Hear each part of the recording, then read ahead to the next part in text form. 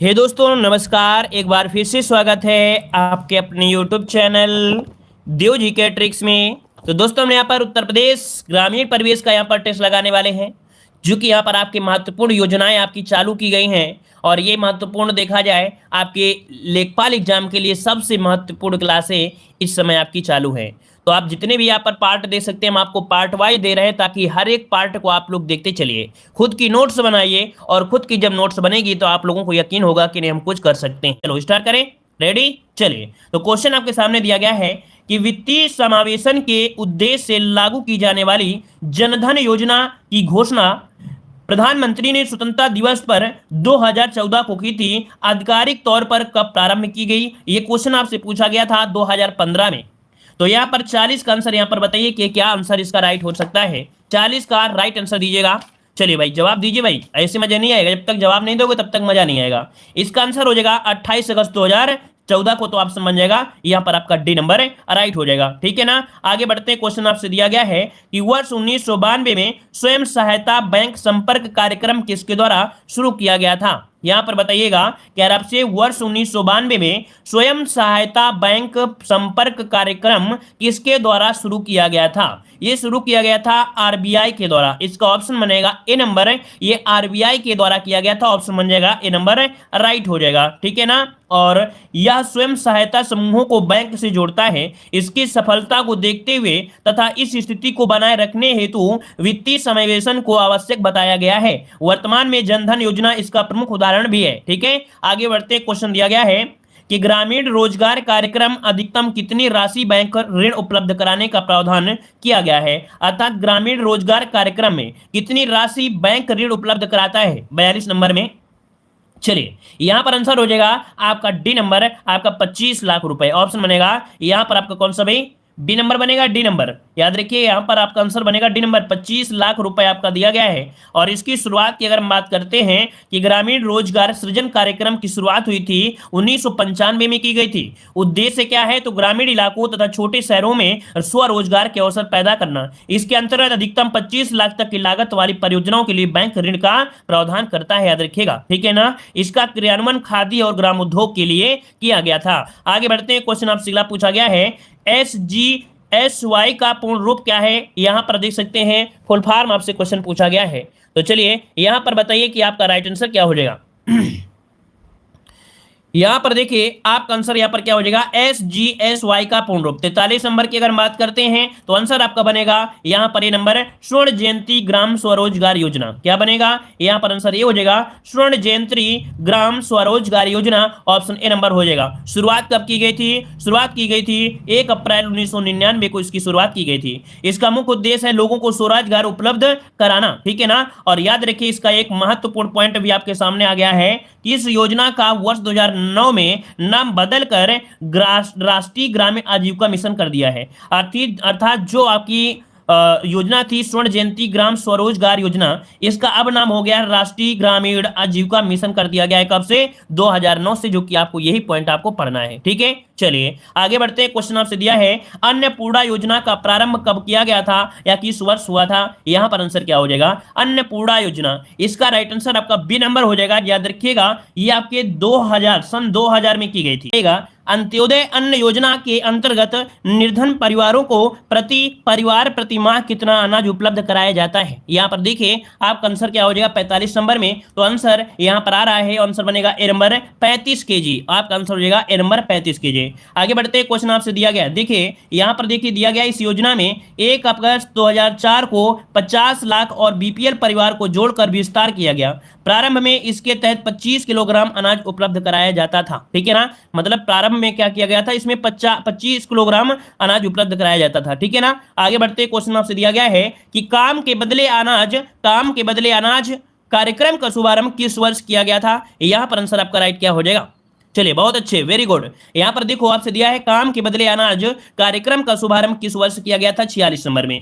अगर हम 46 की अगर बात करते हैं तो आंसर बन जाएगा ए नंबर 2004 हो जाएगा। क्या? 2004 आपका राइट आंसर हो जाएगा, जो कि ग्रामीण विकास मंत्रालय और राज्य सरकार के परामर्श से योजना आपकी शुरू की गई थी। तो यहाँ पर आंसर हो जाएगा ए नंबर राइट हो जाएगा। ठीक है, आगे बढ़ते हैं। क्वेश्चन आपसे दिया गया है, यहाँ पर देखो इसका उद्देश्य क्या रहा है कि देश के जो सर्वाधिक पिछड़े हैं उनमें से 150 जिलों में संपूर्ण ग्रामीण रोजगार योजना के अलावा अतिरिक्त संसाधन की भी उपलब्ध सुनिश्चित किया जाए। ठीक है, आगे बढ़ते हैं। क्वेश्चन दिया गया है NREGP का पूर्ण रूप क्या है। देखो ऐसे क्वेश्चन भाई पूछे गए हैं, है ना। आप देख सकते हैं कि शॉर्टकट वाले 2 से 3 क्वेश्चन पूछे गए थे, इनका फुल फॉर्म पूछा गया है। ठीक है ना, तो देखो यहां पर दिया गया है NREGP का पूर्ण रूप आपसे पूछा गया है।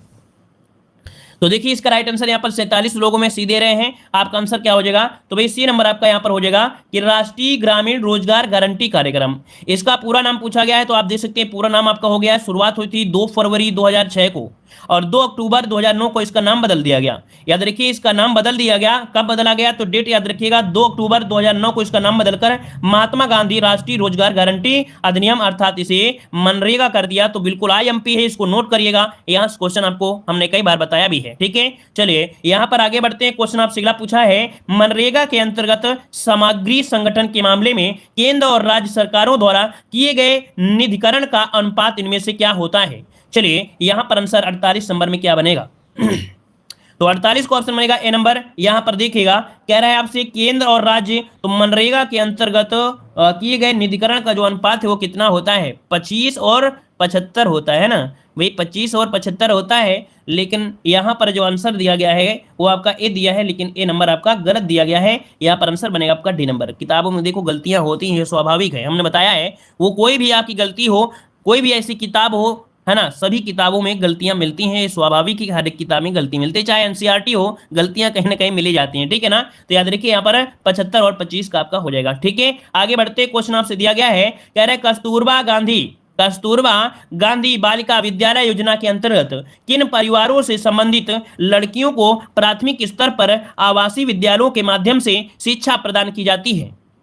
चलिए तो यहां पर बताइए भाई, कस्तूरबा गांधी बालिका विद्यालय योजना के अंतर्गत किन परिवारों से संबंधित लड़कियों को प्राथमिक स्तर पर आवासीय विद्यालयों के माध्यम से शिक्षा प्रदान की जाती है। यहां पर 49 नंबर में जवाब दीजिएगा। 49 का ऑप्शन यहां पर बन जाएगा डी, ये सभी अर्थात अनुसूचित जाति के, अल्पसंख्यक समुदाय को और अन्य पिछड़ा वर्ग के सभी को यहां पर शिक्षा दी जाती है, जो कि शिक्षा के क्षेत्र से आपकी जुड़ी हुई है। और आगे बढ़ते क्वेश्चन आपसे अगला पूछा है, सर्व शिक्षा अभियान के अंतर्गत केंद्र एवं राज्य सरकार की हिस्सेदारी का जो अनुपात है वो कितना है।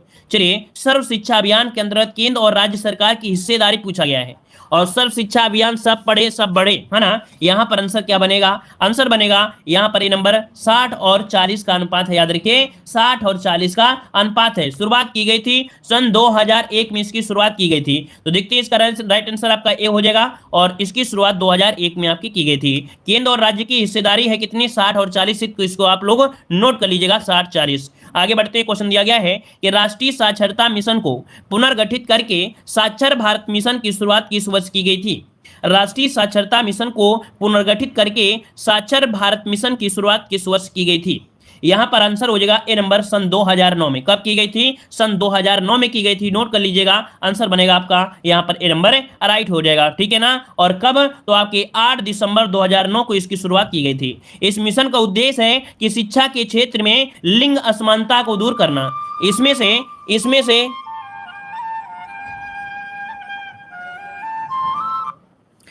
इसमें से देख सकते हैं 85% महिलाएं हैं, तथा कुल लक्ष्य का है 50% अनुसूचित जनजाति अल्पसंख्यक समुदायों के आरक्षित किया गया है। ठीक है, आगे बढ़ते हैं। क्वेश्चन आपसे दिया गया है, राष्ट्रीय माध्यमिक शिक्षा अभियान का निम्न में से एक कौन सा उद्देश्य है। कह रहा आपसे राष्ट्रीय माध्यमिक शिक्षा अभियान का निम्नलिखित में से एक कौन सा उद्देश्य है। यहां पर 52 नंबर में जवाब दीजिएगा। तो देखिए 52 की अगर हम बात करते हैं तो यहाँ पर शिक्षा की गुणवत्ता में सुधार करना, लिंग असमानता को दूर करना और सामाजिक एवं आर्थिक अवरोधों को दूर करना। मतलब ऑप्शन बनेगा यहाँ पर आपका डी नंबर हो जाएगा। आगे बढ़ते हैं, क्वेश्चन आपसे अगला पूछा गया है। यहाँ पर देखिए अगर आपसे ये पूछ ले इसमें से केंद्र और राज्य का तो अनुपात है कितना, तो आपका 50-50 अनुपात इसमें से हो जाएगा। शुरुआत की गई थी आपके मार्च 2009 में। याद रखिए राष्ट्रीय माध्यमिक शिक्षा अभियान की शुरुआत हुई थी आपके मार्च 2009 में की गई थी, याद रखिएगा। ठीक है ना, चलिए आगे बढ़ते। क्वेश्चन दिया गया है कि दीनदयाल उपाध्याय अंत्योदय योजना क्रियान्वयन किस मंत्रालय के अंतर्गत किया जाता है। यहाँ पर बताइए दीनदयाल उपाध्याय अंत्योदय योजना क्रियान्वयन किस मंत्रालय के अंतर्गत किया जाता है? 53 का ऑप्शन यहाँ पर राइट क्या हो जाएगा? 53 की अगर हम बात करते हैं तो आपका आंसर हो जाएगा ये नंबर केंद्रीय आवास एवं शहरी उन्मूलन मंत्रालय के द्वारा। ऑप्शन बनेगा आपका ये नंबर केंद्रीय आवास एवं शहरी उन्मूलन मंत्रालय के द्वारा। ऑप्शन बनेगा यहाँ पर ये नंबर हो जाएगा। देखिए अगर आपसे पढ़ना है तो यहाँ पर आपको पढ़ना है कि इसकी शुरुआत कब हुई थी, तो 25 सितंबर 2014 से यहाँ पर याद रखिएगा कि दीनदयाल उपाध्याय अंत्योदय योजना की शुरुआत की गई है ना। इसकी शुरुआत ग्रामीण और शहरी जीवन स्तर में सुधार हित की गई थी। इसका क्रियान्वयन केंद्रीय आवास एवं शहरी गरीबी उन्मूलन मंत्रालय के द्वारा यहाँ पर किया गया था। ठीक है, आगे बढ़ते क्वेश्चन दिया गया है कौशल ऋण योजना के अंतर्गत युवाओं को कितनी राशि उपलब्ध कराए जाने का प्रावधान है? ये बताइए कौशल ऋण योजना के अंतर्गत युवाओं को कितनी राशि उपलब्ध कराए जाने का प्रावधान है? तो यहाँ पर देखिए 54 का ऑप्शन यहाँ पर राइट क्या हो जाएगा? देखिए 54 की अगर हम बात करते हैं आपका आंसर 54 नंबर में आंसर ये हो जाएगा 50 मतलब कितना है 5000 से लेके 1.5 लाख तक यह है। तो देखिए इसका यहाँ पर आपको नोट करना है ना। नोट क्या करना है कि इसकी शुरुआत कब हुई थी? कौशल ऋण योजना की जो शुरुआत हुई वो कब हुई थी? तो प्रधानमंत्री नरेंद्र मोदी ने 15 जुलाई 2015 को कौशल ऋण योजना की शुरुआत की। इसके अंतर्गत देश के 34 लाख युवाओं को अगले 5 वर्ष में कौशल विकास कार्यक्रम में भाग लेने वाले युवाओं को 5000 से लेके 1.5 लाख तक उपलब्ध कराने का प्रावधान किया गया है। ठीक है, आगे बढ़ते हैं। क्वेश्चन आपसे यहाँ पर दिया गया है कि प्रधानमंत्री नरेंद्र मोदी द्वारा वर्ष 2015 में देश के किस राज्य से बेटी बचाओ बेटी पढ़ाओ योजना का शुभारंभ किया गया? तो यहां पर आपको आंसर बताना है। यहां पर आपका राइट आंसर क्या हो जाएगा साथियों? चलिए यहां पर आपको आंसर राइट क्या हो जाएगा, इसका राइट आंसर दीजिएगा जल्दी से। तो भाई देखो बेटी बचाओ बेटी पढ़ाओ है ना, यहां पर आंसर क्या बनेगा? चलिए कुछ लोग जवाब दे रहे हैं यहां पर आपका बी नंबर कह रहे हैं हरियाणा से किया गया। तो भाई 55 की अगर हम बात करते हैं तो आपका आंसर यहां पर आपका बन जाएगा कौन सा? यहां पर बी हो जाएगा। बिल्कुल सही है, आपके हरियाणा से शुरुआत की गई थी। तो आपके 22 जनवरी 2015 को हरियाणा के पानीपत से बेटी बचाओ बेटी पढ़ाओ योजना का शुभारंभ किया गया। उद्देश्य क्या था? उद्देश्य था कि कन्या भ्रूण हत्या पर रोक लगाई जाए, कन्याओं की गुणवत्ता में शिक्षा देना, उसकी सुरक्षा उपलब्ध कराना तथा लोगों की मानसिक में सुधार लाना। यह योजना वर्तमान में देश के 640 जिलों में क्या भी संचालित है, याद रखिए। आगे बढ़ते हैं। क्वेश्चन आपसे अगला पूछा गया है, कह रहा है सुकन्या समृद्धि योजना के अंतर्गत कितने वर्ष की बालिकाओं के लिए बैंक खाता खोले जाने का प्रावधान किया गया है? यहां पर बताइए सुकन्या समृद्धि योजना के अंतर्गत कितने वर्ष की बालिकाओं के लिए बैंक खाता खोला जाने का यहां पर प्रावधान किया गया है? चलिए यहां पर 56 नंबर का ऑप्शन क्या हो जाएगा? तो याद रखिएगा 10 वर्ष से जो आपकी कम है, क्या 10 वर्ष से कम है, मतलब ऑप्शन हो जाएगा यहां पर आपका क्या भाई? तो आपका आंसर हो जाएगा सी नंबर राइट हो जाएगा। 10 वर्ष से कम आयु की बालिकाओं का बैंक में खाता खोला जाना अनिवार्य है इस आपकी योजना के तहत। ऑप्शन बनेगा यहां पर आपका सी नंबर हो जाएगा। शुरुआत हुई थी आपके 2015 में हुई थी। ठीक है ना, चलिए आगे बढ़ते हैं। क्वेश्चन आपसे दिया गया है कि प्रधानमंत्री सुरक्षा बीमा योजना के लाभार्थी के लिए कितनी आयु निर्धारित की गई है? प्रधानमंत्री सुरक्षा बीमा योजना के लाभार्थी के लिए कितनी आयु निर्धारित की गई है? यहां पर आंसर क्या हो जाएगा 57 नंबर में? तो देखिए आपका आंसर हो जाएगा 18 से 70 हो जाएगा। 18 से 70 ऑप्शन बनेगा, यहाँ पर सी नंबर राइट हो जाएगा। ठीक है ना, और यहाँ पर क्या होता है अगर किसी प्रकार से देखिएगा यहाँ पर पॉइंट याद रखिएगा कि यह योजना दुर्घटना जीवन बीमा योजना है। इसके तहत अस्थायी अपंगता की स्थिति में 1 लाख का बीमा कवर करने का प्रावधान है।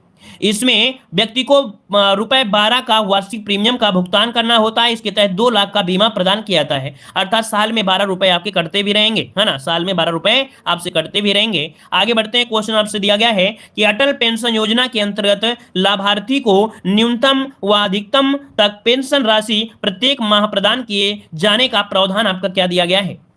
चलिए अटल पेंशन योजना के अंतर्गत लाभार्थी को न्यूनतम व अधिकतम तक पेंशन राशि प्रत्येक माह प्रदान किए जाने का प्रावधान है। यहां पर बताइए कितना हो जाएगा अटल पेंशन के तहत? यहां पर आंसर आपका हो जाएगा सी नंबर। याद रखिएगा पूछा गया न्यूनतम, तो न्यूनतम हो जाएगा 1000 और अधिकतम की बात करते हैं तो आपका 5000। ऑप्शन आपका इसका सी नंबर जिसका आ रहा है बिल्कुल राइट हो जाएगा, सी नंबर राइट बन जाएगा। आगे बढ़ते हैं। क्वेश्चन आपसे अगला पूछा गया है, हाँ देखिए यहां पर अगर आपसे पूछे डेट तो अटल पेंशन योजना की शुरुआत की गई थी 9 मई 2015 को और यह योजना है 18 वर्ष से अधिक और 40 वर्ष आयु के जो असंगठित क्षेत्र हैं उनके श्रमिकों के लिए यह प्रावधान किया गया था। ठीक है, आगे बढ़ते हैं। क्वेश्चन दिया गया है कि गर्भवती महिलाओं को निःशुल्क उपचार उपलब्ध करवाने हेतु कौन सी योजना प्रारंभ की गई। जो गर्भवती महिलाएं हैं इनको निःशुल्क उपचार उपलब्ध कराने हेतु एक योजना प्रारंभ की गई। इस योजना का नाम बताइए कि आपका आंसर इनमें से क्या हो जाएगा। तो देखिए आपका आंसर इनमें क्या बनेगा, चलिए जवाब दीजिए, इसका राइट आंसर क्या हो जाएगा। चलिए 59 की अगर हम बात करते हैं तो ऑप्शन सी हो जाएगा वंदे मातरम योजना। इसका राइट आंसर सी हो जाएगा, वंदे मातरम योजना है जो कि फरवरी 2004 से प्रारंभ की गई थी। ठीक है ना, और याद रखिए हमको एक पॉइंट हमने आपको बताया भी था ग्रामीण परिवेश में ही कि जो ये योजना होती है महिलाओं की प्रसव की जांच होती है, कह सकते हैं उनके शरीर से संबंधित कोई भी एक्टिविटी होती है उसकी जांच जो होती है वो आपकी 9 तारीख को होती है। प्रत्येक माह की 9 तारीख को जांच की जाती है। जैसे उनके स्वास्थ्य की जानकारी, जैसे महिला प्रेग्नेंट है तो उसके स्वास्थ्य की जो जानकारी होती है उसको माह के 9 तारीख को ही, टीका वगैरह जो भी लगते हैं वो 9 तारीख को ही लगते हैं। तो इस पॉइंट को भी नोट कर लीजिएगा। ठीक है, आगे बढ़ते हैं। क्वेश्चन आपसे दिया गया है स्वच्छ भारत अभियान के अंतर्गत वर्ष 2019 ग्रामीण भारत में कितने शौचालय बनाने का लक्ष्य है। तो ये देखिए करंट अफेयर का क्वेश्चन बहुत पुराना है, इसको छोड़ सकते हैं, कोई दिक्कत इसमें नहीं है, लेकिन इसके अकॉर्डिंग आप आंसर यहां पर याद रखिएगा 120 मिलियन। इसके अकॉर्डिंग क्या हो जाएगा 120 मिलियन, ऑप्शन बनेगा ए नंबर राइट हो जाएगा। शुरुआत की गई थी 2 अक्टूबर 2014 से। याद रखिए ये आपके स्वच्छ भारत मिशन की शुरुआत की गई थी 2 अक्टूबर 2014 को, और इसके तहत 2019 तक ग्रामीण भारत में 120 मिलियन शौचालय निर्माण करने का लक्ष्य रखा गया था। आगे बढ़ते हैं। क्वेश्चन आपसे अगला पूछा गया है कि स्वच्छ भारत मिशन के अंतर्गत ग्रामीण क्षेत्रों में शौचालय के निर्माण के लिए नवंबर 2014 में उत्तर प्रदेश सरकार ने कितने करोड़ का प्रावधान यहां पर रखा। तो देखो आपका आंसर लगा है यहां पर 685, तो आंसर आपका बी हो जाएगा 685 करोड़, आपका आंसर राइट हो जाएगा। ठीक है ना, चलिए आगे बढ़ते हैं। क्वेश्चन आपसे अगला पूछा गया है, हम किसी के मैसेज देखते हैं क्लास के बाद, ठीक है ना, समझ में आया। चलिए अगला क्वेश्चन आपसे यहां पर दिया गया है स्वच्छ भारत मिशन चरण 2 के क्रियान्वयन की अवधि कब तक आपकी होती है। यहां पर बताइएगा स्वच्छ भारत मिशन चरण 2 के क्रियान्वयन की अवधि होती है, यहां पर आंसर आपको देना है। सही आंसर इनमें से क्या हो जाएगा जी। तो यहां पर बताइए कि आपका आंसर यहां पर क्या हो जाएगा। तो देखिए 62 नंबर की अगर हम बात करते हैं तो 62 का हो जाएगा सी नंबर है 2024-25 हो जाएगा। इसका राइट आंसर बनेगा कौन सा, सी नंबर हो जाएगा 2024-25 है, याद रखिएगा। जो कि यहां पर देख सकते हैं कि इसका सेकंड मतलब चरण जो सेकंड है वो आपका किया गया था इसमें। ठीक है, और यहां पर आगे बढ़ते हैं। क्वेश्चन आपसे अगला पूछा गया है, कह रहा है जननी सुरक्षा योजना की शुरुआत किस वर्ष की गई थी। जननी सुरक्षा योजना की शुरुआत किस वर्ष की गई, यहां पर आंसर को लॉक करना है। चलिए आपका राइट आंसर यहां पर क्या हो जाएगा, चलिए प्रयास करिए, इसका राइट आंसर यहां पर क्या बनेगा। चलिए तो देखो यहां पर आपका राइट आंसर हो जाएगा 63 नंबर की अगर हम बात करते हैं तो 63 का आंसर यहां पर क्या बनेगा भाई। चलिए आंसर बन जाएगा ए नंबर 2005 हो जाएगा। जननी सुरक्षा योजना की शुरुआत किस वर्ष की गई, 2005 में की गई थी। याद रखिएगा शुरुआत हुई थी 12 अप्रैल 2005 को की गई थी। ठीक है ना, और यह माताओं तथा शिशुओं की मृत्यु दर की कमी लाने के लिए यह की गई थी, याद रखिएगा। ठीक है, आगे बढ़ते हैं। क्वेश्चन दिया है जननी सुरक्षा योजना के तहत संस्थागत प्रसव कराने पर कितनी राशि की नगद सहायता प्रदान की जाएगी, यहां पर आपको जवाब देना है। इसका राइट आंसर हो जाएगा बी नंबर, आपकी 1400 रुपए ये सहायता राशि है। इसका आंसर बनेगा कौन सा, आपका बन जाएगा बी नंबर हो जाएगा।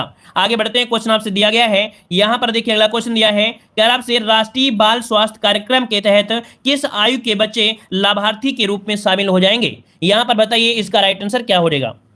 राष्ट्रीय बाल स्वास्थ्य कार्यक्रम के तहत किस आयु के बच्चे लाभार्थी के रूप में यहां पर शामिल हो जाएंगे, इसका राइट आंसर क्या हो जाएगा। तो देखिए इसका राइट आंसर यहां पर राइट आंसर क्या हो जाएगा, आंसर हो जाएगा यहां पर डी नंबर 0 से 18 वर्ष हो जाएंगे। 0 से 18 वर्ष आपके इसके अंतर्गत आपके हो जाएंगे राष्ट्रीय बाल स्वास्थ्य कार्यक्रम के तहत।